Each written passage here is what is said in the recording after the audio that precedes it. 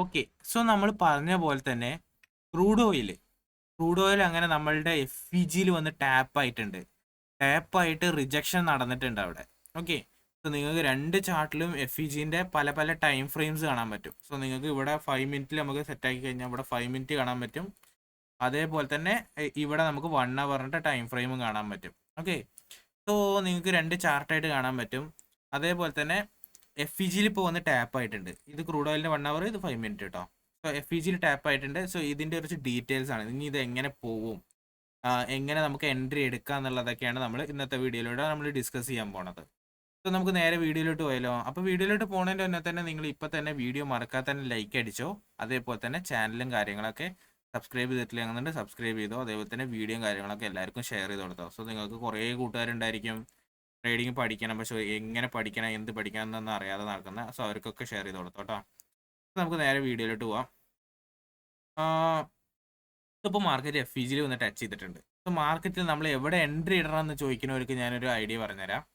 So നമ്മൾ 5 മിനിറ്റിലല്ലേ, 5 മിനിറ്റിൽ ഇതാണ് 5 മിനിറ്റ് കേട്ടോ. 5 മിനിറ്റിൽ നമ്മൾ എൻട്രി ഇടേണ്ടത് ഇവിടെയാണ്. ഒരു സ്വിങ് അവസാനമായിട്ട് ഉണ്ടായിട്ടുള്ളത്, ഒരു സ്വിങ്. ഓക്കെ, റിവേഴ്സിബിൾ ക്യാൻഡിൽസ് അല്ല, സ്വിങ്.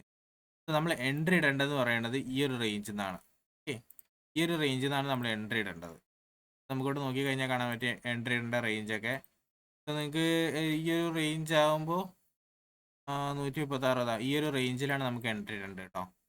സോ ഈ റേഞ്ച് ബ്രേക്ക് ആവുകയാണെന്നുണ്ടെങ്കിൽ, സോ ഇത് വാലിഡ് ആണെന്നുണ്ടെങ്കിൽ ഈ ഒരു റേഞ്ച് ബ്രേക്ക് ആവണം. ഓക്കെ, ഇല്ല എന്നുണ്ടെങ്കിൽ ഇത് ഇനി വാലിഡ് അല്ല എന്നുണ്ടെങ്കിൽ ഇതെന്തായാലും OBയിലോട്ട് കയറും. മാർക്കറ്റ് ഇവിടുന്ന് OBയിലോട്ട് കയറും. OBയിലോട്ട് കയറിയിട്ട് നമുക്ക് എന്ത് ചെയ്തു, കൺഫർമേഷൻ തന്നിട്ട് മാർക്കറ്റ് ഇറങ്ങും.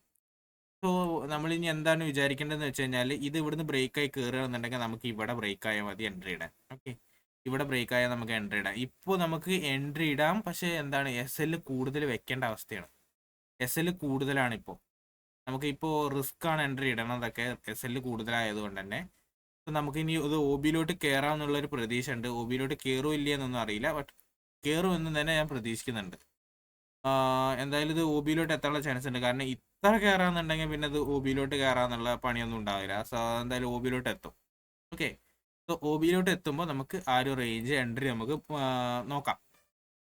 സോ എന്തായാലും അടിപൊളിയായിരിക്കും ആ എൻട്രീസും കാര്യങ്ങളൊക്കെ. OBയിലുള്ള റേഞ്ചും കാര്യങ്ങളൊക്കെ അടിപൊളിയായിരിക്കും. അതേപോലെ തന്നെ എന്താ പറയുക,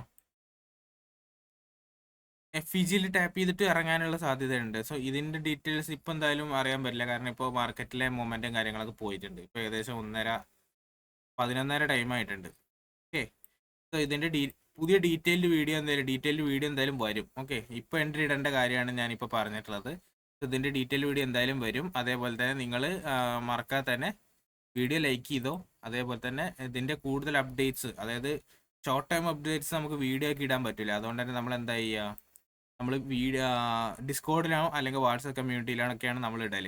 അപ്പോൾ നിങ്ങൾ എന്തായാലും ഡിസ്കോഡിലും വാട്സപ്പ് കമ്മ്യൂണിറ്റിയിലൊക്കെ ജോയിൻ ചെയ്ത് വെച്ചോ. അപ്പോൾ ഇന്നത്തെ വീഡിയോ ഇത്രയുള്ള ഗൈസ്. നമ്മൾ നാളെ പുതിയൊരു വീഡിയോ ആയിട്ട് വരും. അതുവരേക്കും